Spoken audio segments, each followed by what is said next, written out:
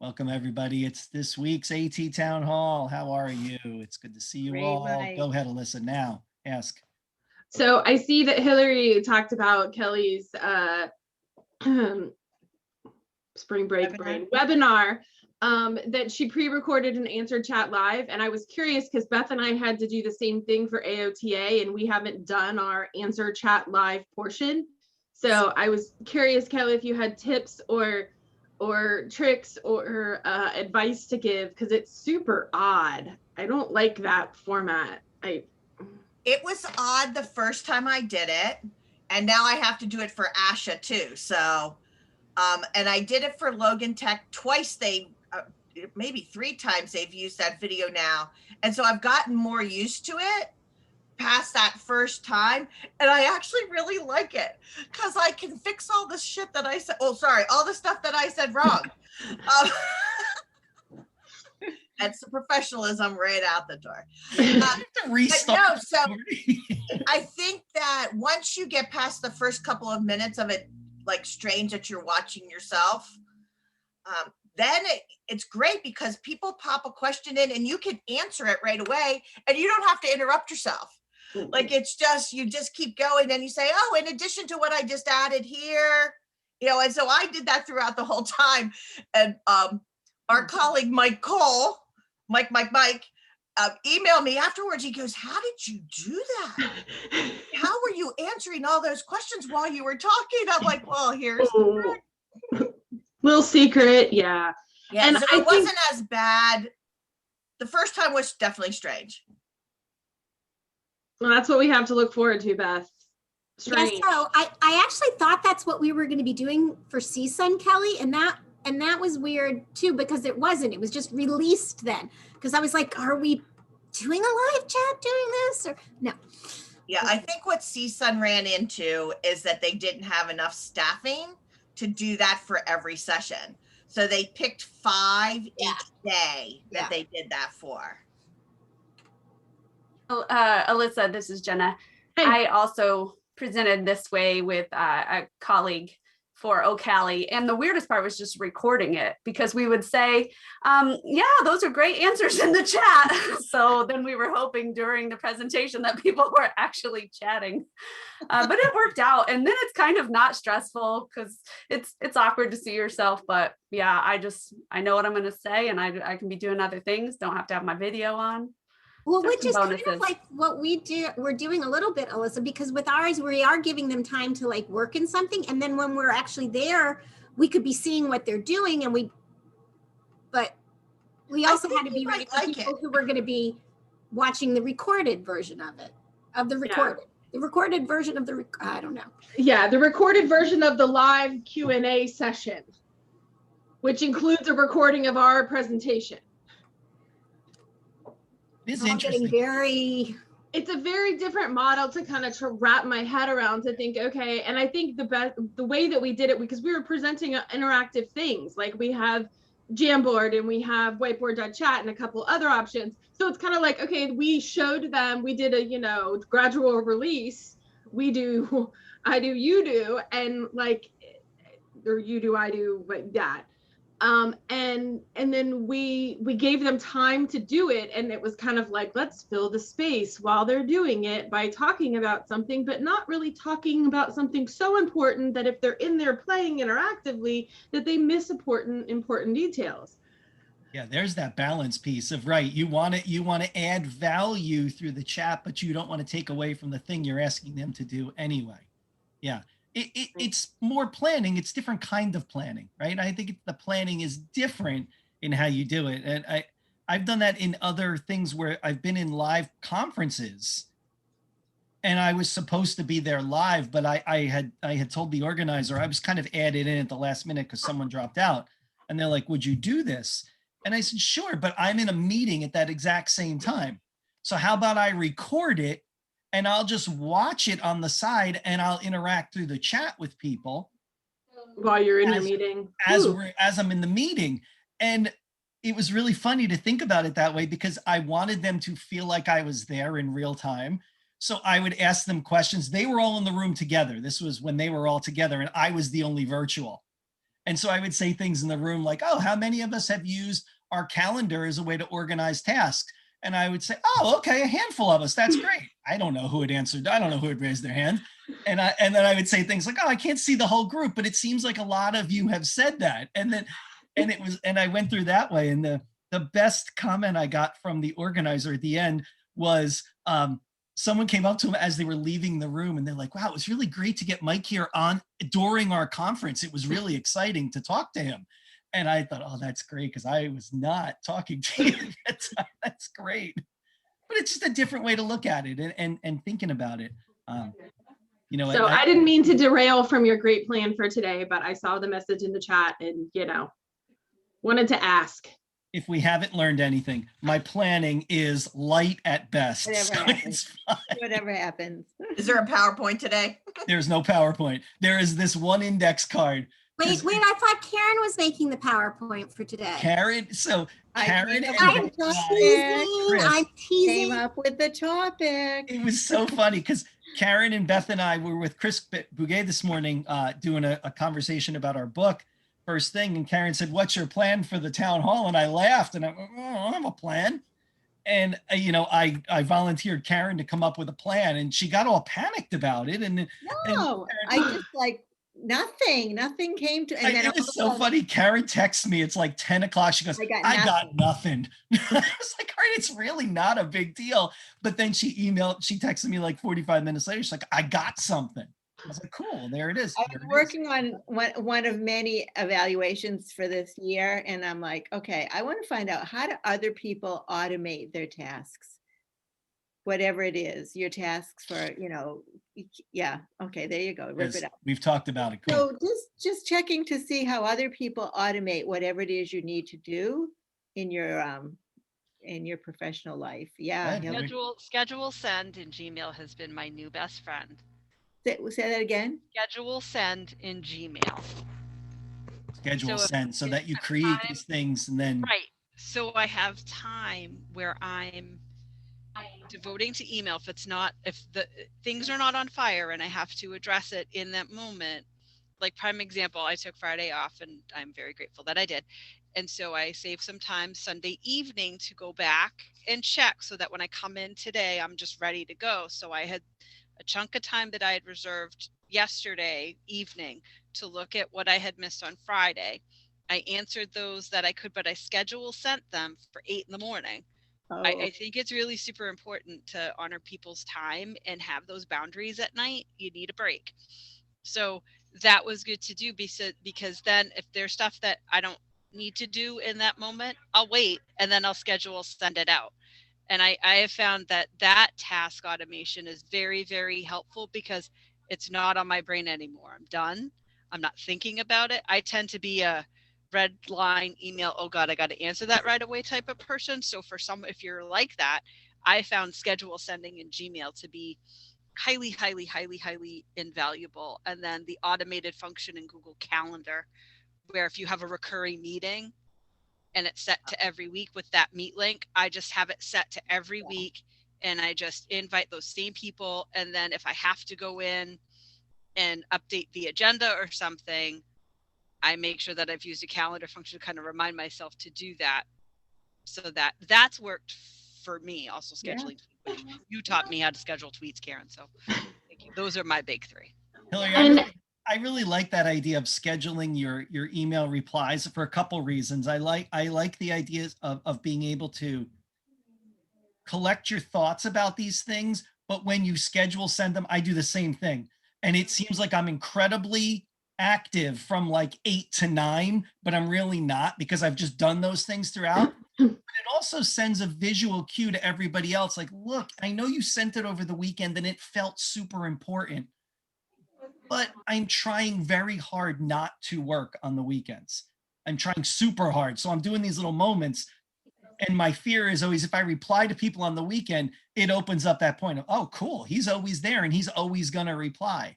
And so I'm trying to find those ways to kind of get myself out of it. And so I've been doing that schedule. Hey, Mike, you want to share your Gmail and show Kelly how to do it? Tell me how to do this. Show it now. Show the I screen. do the other thing that Hillary talked about where I schedule meetings that are repeated. I've got that down, but I don't know. I'm looking for the term scheduled tab in my Gmail and I'm not finding it. I've done it before, and I haven't done it as much in Gmail. I've done it in Outlook. Back when I was in the schools, I would do it in Outlook so that more because we had things that had to arrive at a certain time and you wanted it to be like right there in the person's email box at the right time. Oh, now I see the button.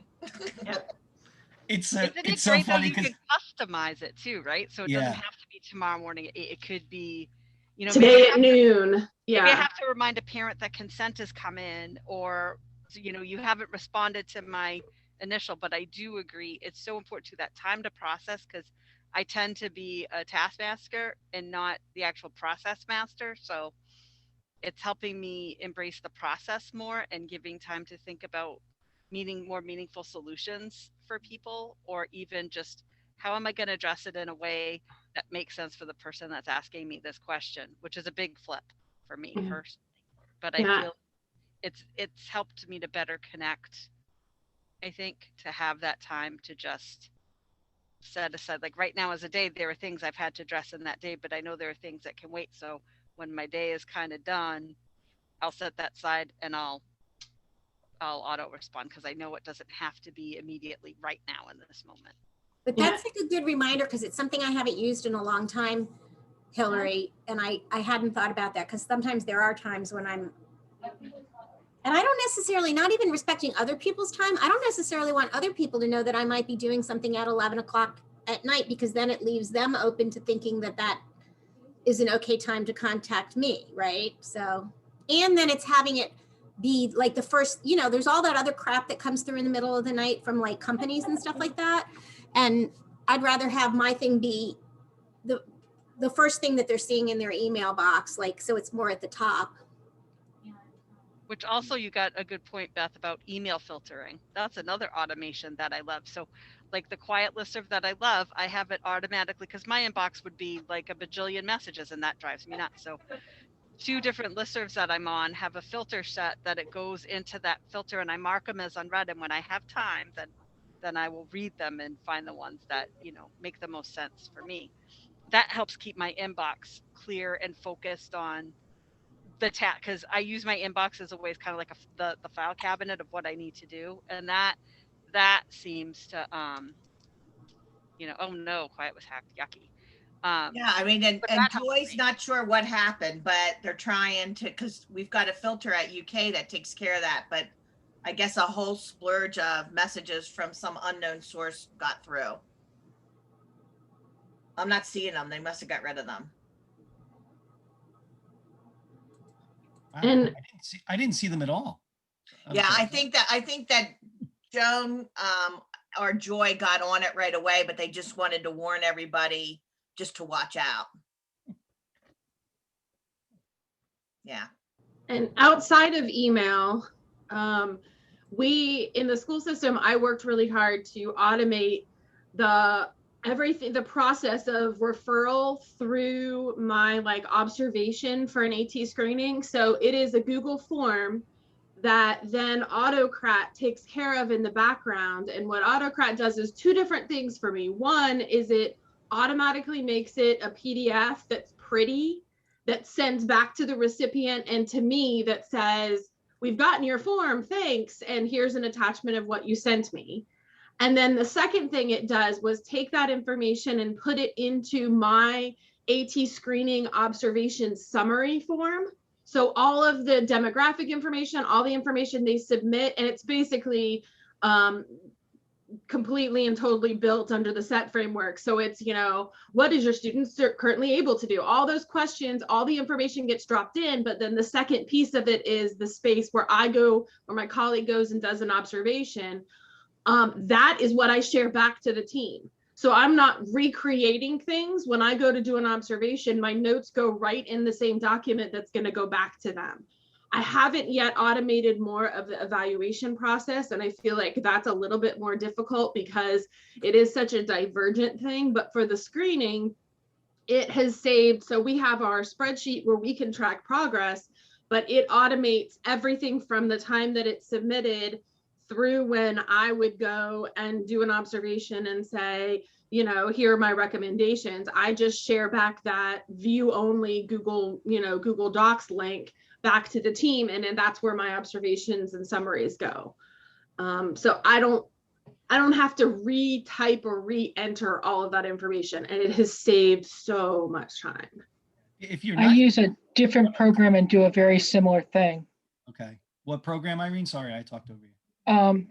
It's a Form Director. Form Director. Yeah, there's a couple that are out there and that do similar things.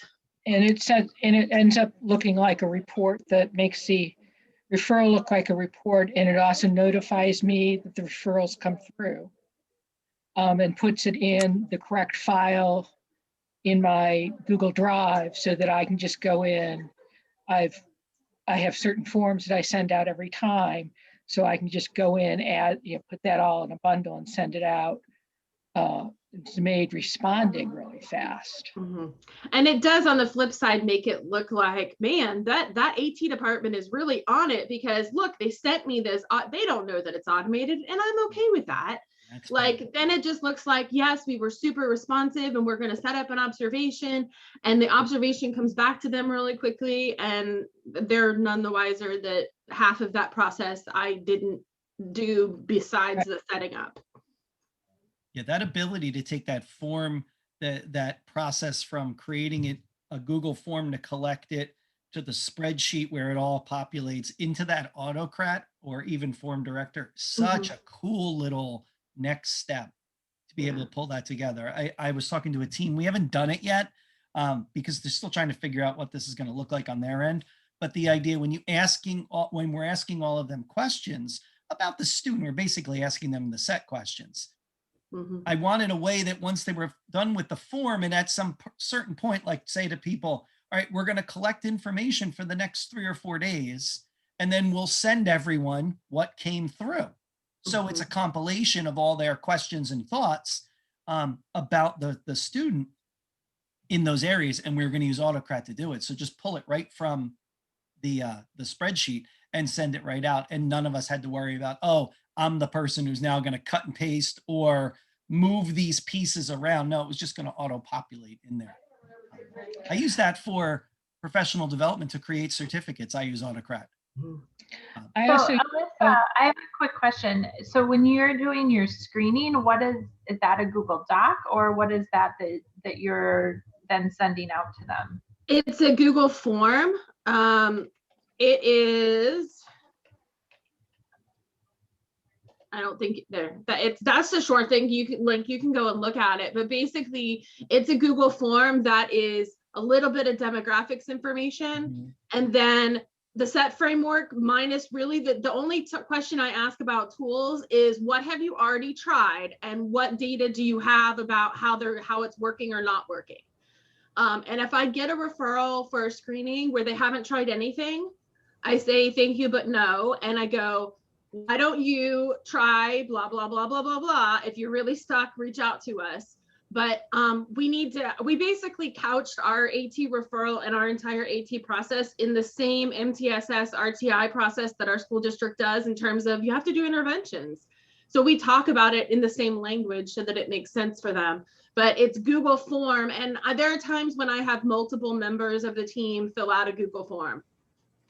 So I may have a parent and a teacher. So I think we do something similar. We have a Google form for our AT referrals that has a lot of these same questions, but like when you go out and you do an observation or you're working with them, then what does your paperwork look like? You said you send that back out to them then automatically? So yeah, basically when they submit that form, it automatically gets dropped into a separate Google Doc that's editable. What gets sent to them is a PDF. But it drops it in a Google Doc that is editable for me, and it looks a lot like the very top information, But the bottom end of it basically has a space for observation, has a space for recommendations to trial, and that has a space for follow-up, like what do we feel like would be the next steps for a specific student. And when you go out, you fill that out like while you're there, and then it automatically sends them a copy. So then what does your Google Drive look like? Can you do that so your drive stays somewhat organized? And yeah, so all of that, it's not like creating random forms and you've got this like hot mess of a drive. Yeah, all of that is driven in AutoCAD. It asks you, where do you want it to be? And so when I have them create it, it goes into an AT screening form folder. It just says AT screening, and then everything that has been created, you get to tell it, like, so mine has AT screening observation summary, the student name at their school. So you can also then just search for the student's name or their school, and it will bring up everything in your drive, but they all go in one folder for screening. And so if you shared that folder, then like multiple people within your AT department could have access to that. Correct. So myself and my coworker that's an SLP have access to, we all, and the spreadsheet as well has all that information, and our supervisors have access to the spreadsheet because then they can see the progress or very quickly pull up the summary reports. They don't care about each of the individual reports. Like they just want, like, if a parent calls, can they quickly figure out who, you know, what the status is, has anybody gone out there? So we share the original spreadsheet that comes in with view rights to our supervisors, and then these individual things, that folder is shared between anybody on the AT team that needs access. Yeah, I think that's like super awesome. Like we've got a referral form like you, but we really struggle with those follow-up like notes and having access. And I like how quick and easy and organized your process is. It has helped tremendously because I was drowning, because we shifted to the screening process and it was great and it was wonderful, but I was finding myself doing copy paste multiple times, and I was like, this is ridiculous. Like, I need a process that automates this. And then like I said, well, let's go find that process and do it. And I think it's made a lot of difference because, again, I have my iPad or my Chromebook up at the observation and I'm typing right into the form, and the summary form that goes right back out to them. So there's not any duplication of steps. That's what I was trying to like decrease. So, and we have 75% of our screeners just get solved there. Very rarely do they go on to an evaluation, which was part of our other goal, was to reduce the number of signed consented evaluations because it was taking so long, and the results were things that they didn't really need our skilled intervention beyond an observation for. That's so good that you did that, Alyssa. And Karen talks about that consultative model, and it's so important. Our referral form, for like special, there's nothing about tech, but the modifications to the environment part is more like tier 1. But don't you think that needs to pivot too, now that we've gotten this, we've got some remote, like, what's the environment now? Well, and I think that's why it's such an important question, because sometimes the answer, like I just pulled up one of them, sometimes the answer of the environment is everywhere. Like, this is a speech and language kid that we're looking at AAC for a supplement. So, I mean, yeah, the answer is going to be everywhere. And does that need really change if they're virtual or not? No, it may just look a little different. But, sometimes it is. We're doing a lot of environmental assessments that sometimes my result is, let's change your workstation. It's not, let's make these grand, let's put all these programs in place or whatever. It's like, do you realize that your workstation is making it harder for you to get your work done, junior in high school?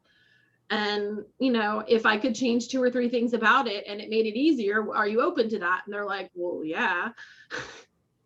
We make that change. And again, to me, that's the biggest piece that has changed with the virtual is, we can usually find a tool that translates between a virtual or a brick and mortar setting, but it's more about, does the environment allow that tool to be effective, or is there something we need to change in the environment itself?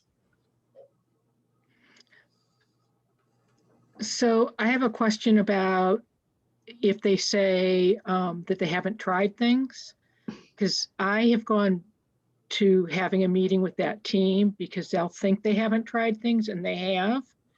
And if it's with AAC, I just believe you would try it with the student. There's no things to have to try. So they automatically, it's like, okay, let's get this started. So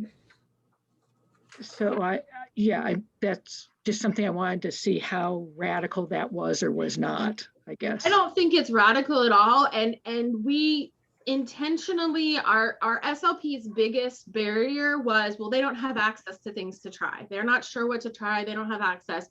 So I proposed to our supervisors and they bought in to take that barrier away. And every single one of our speech therapists got an iPad from our ESE department starting this school year.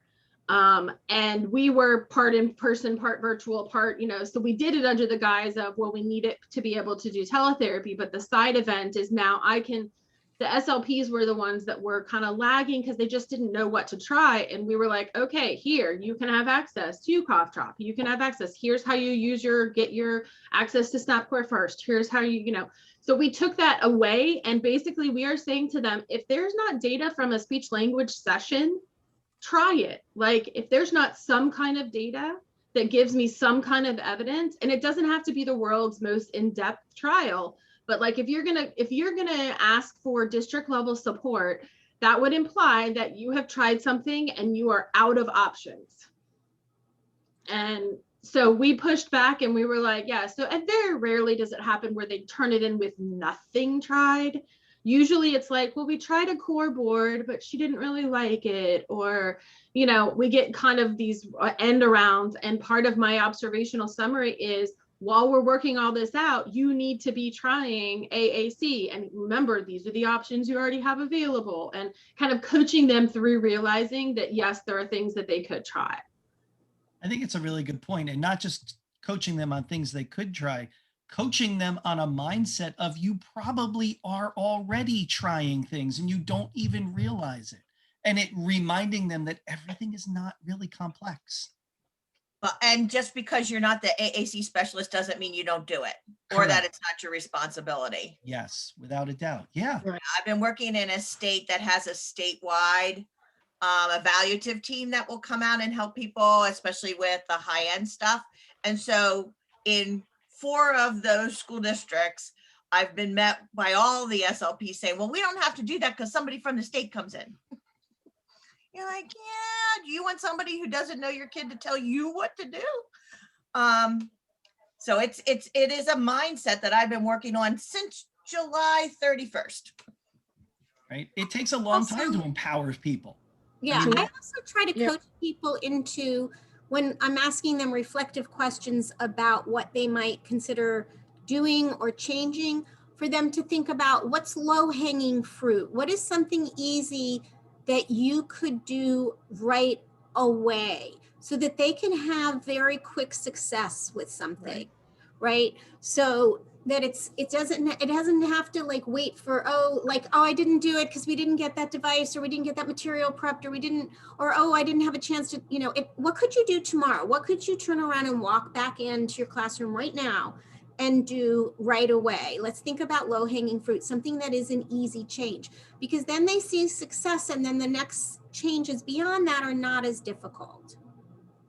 Yeah, and they also start to realize that most changes are simple changes. It continues to perpetuate this idea that, yes, there are some complex things, but there's an awful lot that are not complex at all.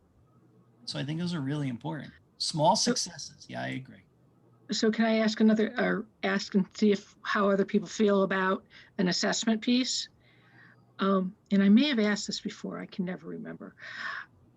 We don't do necessarily an assessment that says this is what you need. Our assessment, if we're asked to do an assessment, is purely, would the student benefit from AAC or AT? If it's a full, part of the IEP process, because that's what an IEP requests, and then we do everything else by trials, which can't be done necessarily in the 60-day timeline.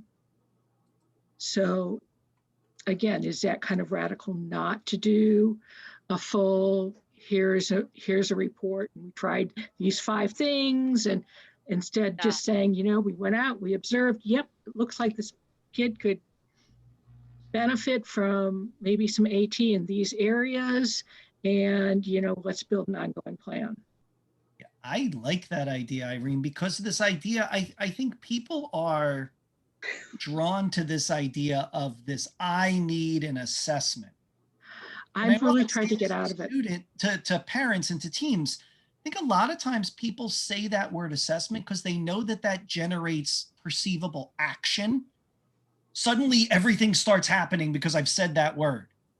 And if you build kind of a culture of, look, that's not perhaps the way we want to start this process. Could we explore trials? Could we have effective consideration? Bring them back to some words that really do have real important value there. And say, let's take a step back. Let's stop, pump the brakes on the assessment piece. And it goes back to some of those reflective questions that said, start asking questions like, why assessment? Why are we doing that? What's happening? And then start asking those questions. Well, assessment starts a legal process and a timeline that can sometimes, well, we know that the legal, yeah, it can be a barrier. And well, we know that the legal process is very important. And we all have heard stories of children and families who have been screwed because their legal process wasn't followed. Like when I was on our AT team for our district, we specifically did not do evaluations. We went out, we did observations, and we made recommendations, and then we supported those recommendations if it was appropriate. But we didn't do evaluations so that we weren't tied into that piece of it. And part of it was the idea that an evaluation is also giving the impression that that a skill set or a performance is static.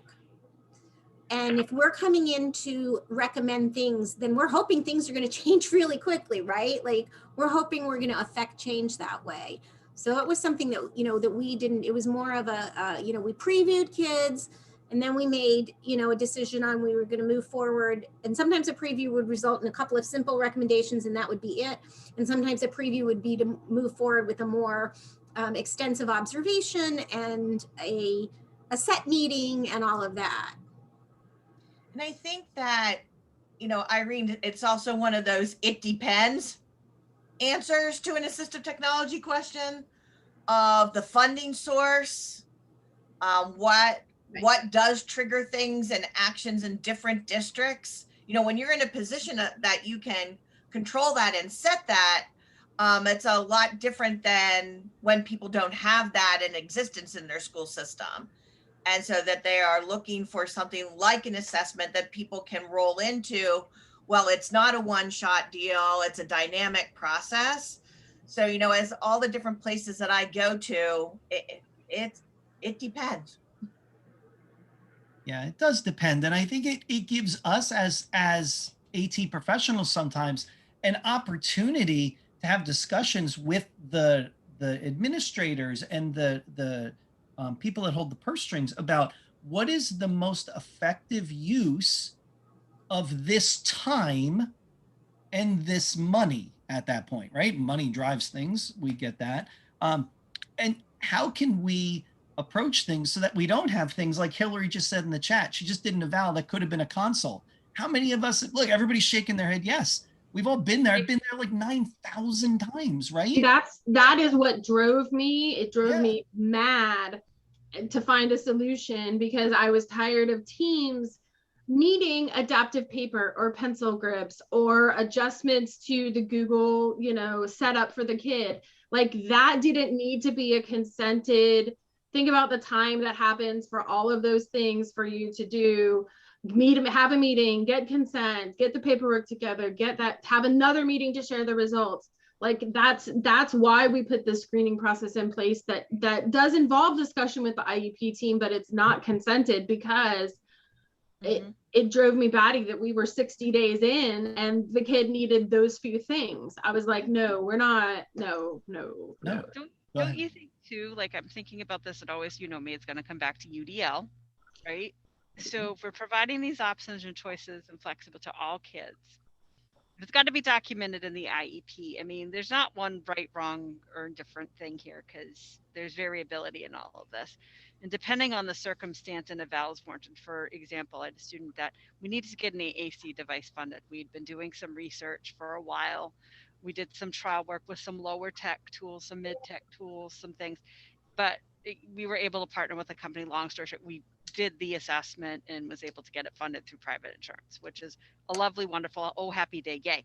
That to me is an outlier because normally where I sit, being in the state that I'm in, it's a different world in an affluent school district, and I'm just going to leave it there. But the point of that eval that I did, that legwork, it could have just been a consult where here's some tools, let's put them on your device, tell me what you think, I want you to try this for 2 weeks, and then you're going to report back to me, then we're going to try something else, and you're going to figure out your just right tool. And I did that though under the context of the evaluation, where I'm going to put that and document that, but I'm going to make clear what the features are that this individual needs in order to do what they need to do, but that they have the buy-in. And part of that is that giving me that clear, consistent feedback and that willingness to just give it a whirl and see what happens and not be afraid to try something different. Because really what you're doing, Hillary, in that instance is you as the team members are effectively considering AT. And then you got to a point where you said, we have considered things, we have trialed things, and as a team, we've decided we need additional support. Right. It's perfect. I mean, that makes perfect sense. And I agree with Alyssa. I don't know how many times I've gotten an evaluation request just so that I can go in and turn on the built-in text to speech. I mean, that's silly. And you know, that doesn't need the entire process to kick in. No. That really becomes a training thing is what it is. It becomes a UDL or just kind of system-wide training thing about, hey, did you know these things exist as part of, as you consider supports for each student individually, remember these things in your toolbox, mostly your built-in things that you already have. We'll also put some of that information though in the present levels. And I guess my hesitation, and we don't do a whole lot of big formal evals, we do probably more of the consults. But I think it is important to document some of that process in the present levels so that should that student leave the district, go somewhere else, that somebody has some idea of what those considerations were and how you ended up with that tool. So I think that's important. Sometimes we don't always get invited to the IEPs just because we're not always in the IEP, like as far as time goes, as like a related service or something, but so we're not always in, but if we're in there once, then they usually look at those present levels and they're like, oh, we need to invite AT again. And sometimes that's just a prompt to make sure things are going well, and they'll contact us and we'll have some of those conversations and questions to make sure that it's still meeting the students' needs on a yearly basis. So I'd urge you to make sure that you're at least documenting some of that stuff somewhere in the IEP.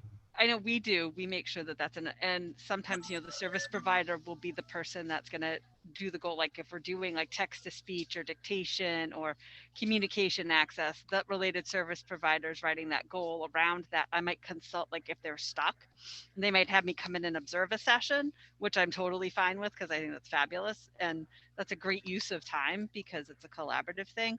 But yes, those supports are put in that IEP. And I always say that at meetings, that if they were to ever leave this district, they need to know what supports they need. So we're putting it in. Like, yes, we're lucky we have one-to-one and that all of the supports that we have are universally designed, that we have these add-ons and extensions and things that we put in place for all kids, but we have to document it in the IEP and that it was considered, and this is how it was considered. So Jennifer, I love that point because that definitely is important, because if they were to ever leave and not have access to that, then the tools and supports that they have are gone. That's not cool either. Well, and if you don't have that written evaluation component, and people don't understand, why even those tools were important or those features were important to someone. I mean, that's where I think if you're not writing up that full evaluation, it should be documented somewhere in the IEP. So if somebody's actually pouring through old IEPs, they might be able to find that information somewhere. And those observations we always put, I think those observations need to become a part of that student's record. Like our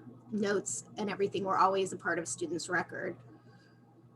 That's why I use that feature match form twice. The first time when we're talking about what are the features that this kid needs, and then that way, and then when we look at products, the first products I include in that list are the things that are universally designed. So I've got like a school system that's got read and write throughout the whole school system. And interesting side note is that as Scott and I've been doing training with them, the regular ed teachers are using it better than the special ed teachers because they're connected to strategies. It's just been very, very cool. And then we have to pull the rest in. But the second time, as people are doing the trials, I blank out that feature match form from my yes, it had it, no, it didn't, yes, it had it. And then I have people score it, including the kid and their family. Like on a scale of 1 to 5, how was, I don't know, the magnification? On a scale of 1 to 5, how was it opening documents to read? And so that we've got this whole score chart then that people, when they go back, like Jennifer was talking about, when they go back and look, you don't have somebody 5 months from decision saying, oh, well, how comes we didn't try blah, blah, blah. And you're like, we did. Or it was ruled out from trial because it didn't have enough features. And that's also been something that's been helpful for some of the administrators who, again, I don't expect them to know all of the tools that we're using, but they have something that they can go back to. Yeah, and I think that's really important. So we're not reinventing the wheel every time. And it goes back to Jennifer's comment. It's this idea of, it is very much with consideration. It's close to if a tree falls in the woods. If I talk with a team member and we talk about considering AT for a student, and then it doesn't go anywhere, like it doesn't get documented anywhere, 3 months later, they go to an IEP meeting and say, well, why hasn't anyone talked about this? And well, we have talked about it. And maybe we have tried something, and maybe they've modified the way they do things in class using a tool or a strategy. And it's the important piece of writing that down. And going back to our automation where we started today, whenever I go work with a student in a class, I have a form that's on my phone, and I make my own notes right in that, because I have to show funding sources what the heck I did when I go there so that they'll pay me.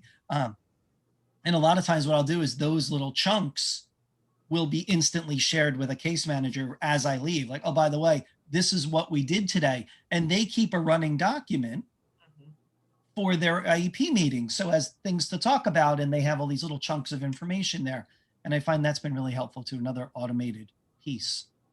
Do a collaboration log that's automated like that. So we share one document, and anytime anyone on the team does anything, they add it to that document, and it specifically says what's the decision, what are the next steps, who's responsible, when's it done. So we've definitely started doing collaborative Google Docs for kids that have more complex communication needs and or tech needs. And partially I started doing it because we found like private therapist A adjusted programming settings or adjusted a certain setting and didn't tell anybody, and or didn't, and so that's one of the few times where I will pull in every single person on that team. I don't care if it's the home health respite worker or that, like everybody's on that Google Doc, and it is, here's her current programming settings. Here's the reason why we have this picked as her eye gaze settings, so that there's some kind of space where people can, if they have a valid reason for changing it, I'm okay with that. But like everybody's going to be on the same page that that's what happened, so that then it doesn't come back to school and they go, oh, the background's been changed. Why did that happen? Let's change it back. Poor kid is like, what the heck is happening to my device? So we use collaborative Google Docs for that, to try to keep some consistency across all of their settings. Which has been such a nice bonus of collaborative cloud-based docs that we can all be part of, as opposed to the old, we write a note card and laminate it and stick it to something, right? Like, don't change this. Here's why it looks this way. And if I had $1 for every time I went around to mounting systems with whiteout and just white it out on the lines where everything needed to be connected so it all lined up. But now we can do all that, which is huge. Oh, I still do that, but I use washi tape and then tell them why certain colors of the washi tape are in certain places, like AKA don't move them. That's right.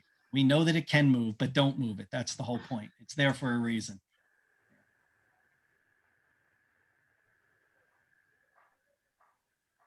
Can we all revel in the moment that I had nothing planned and it all worked out again? Can we?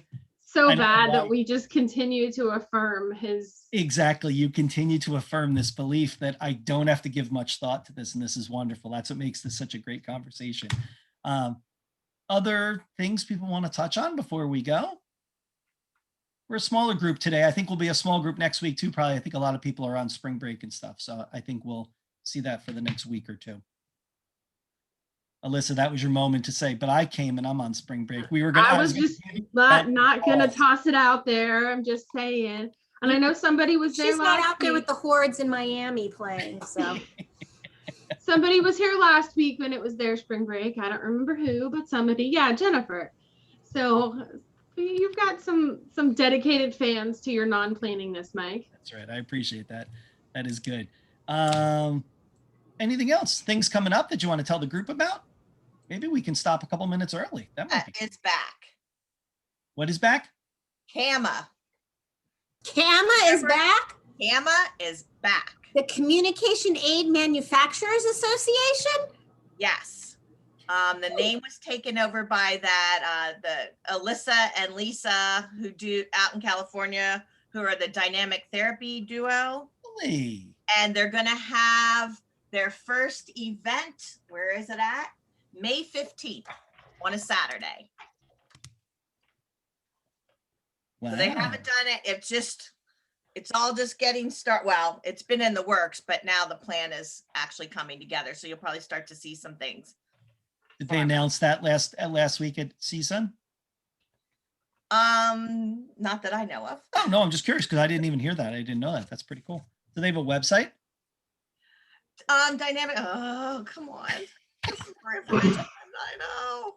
Search it. I will. I'm just if you had it right in front of you, I would have taken it. I do not. I'll search it. Don't get all wound up. It's okay. I know, but I usually do, and I don't. I have not been tracking that. That is okay. Don't sweat it. It's fine. Awesome. We'll check that out, and we'll make sure that gets shared. Anybody else? Anything cool to share? All right. So my question is, Microsoft Editor just came across you need to download this. Microsoft Editor. Yeah, this morning. What is Microsoft Editor? That's what I'm asking because I'm not going to download it. I don't know. Who's telling you to download that? Your computer? Edge. It's a browser extension for Edge. Okay. And I think really what it does is allow you to take some of the features of Microsoft and use it with Edge without having to be logged in to Office 365. But it's not super clear. It's supposed to be like mostly for writing tools, like it has grammar and spelling check and those kinds of things, but it's only Edge. Yes, correct. Based. All right. According to the web, Microsoft Editor is a closed source AI-powered intelligent writing assistant available for Word, Outlook, and the Chromium browser Edge. There you go. Yeah, it came across my screen just as I was getting ready to log into this meeting. I never open up Edge on my computer, so I might never know. I usually don't either. Yeah. But I've had teams that have, I'm in school districts that have Microsoft Teams. Mm-hmm. So a lot of times when I go into Teams for stuff, all the Microsoft stuff pops up. That's true. That usually happens with mine too. Those couple times that I open Teams up and all of a sudden it's just windows everywhere. Like you should do this and download this and upload that. Yeah. So, all right. Well, there you go. Now we know. Download it. Anybody else? Something to share? If not, go enjoy this 5 extra minutes of your life. I don't know what you're going to do, but do something fun.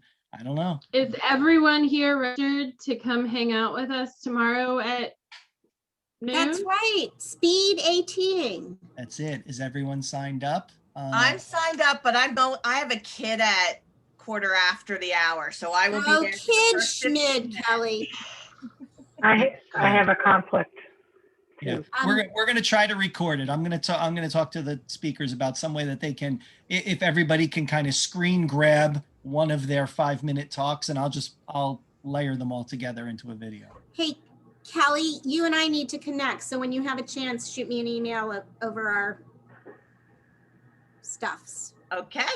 Well, there you go. Kelly, you know when you could do that? In the 4 minutes you're about to get back of your life. I'm going to actually eat some lunch in the 4 minutes I'm getting back. Or you I'm can gonna go just do that schedule too. that email too, All right, Kelly. bye, I think- everybody. Hey, Beth, Free. Beth, Beth, this afternoon is good. Scott bailed on me for something, so I have an open. Okay, I'm free until 3 p.m. your time. Sounds good. All right, shoot So me. glad we could bring the two of them together. I'm so happy nice? we Thank you, organized that. I feel- know, I you're feel such good good about that. matchmakers. And now you only have 2.5 minutes left of Exactly. your borrowed time back. Bye. All right. Bye, everybody.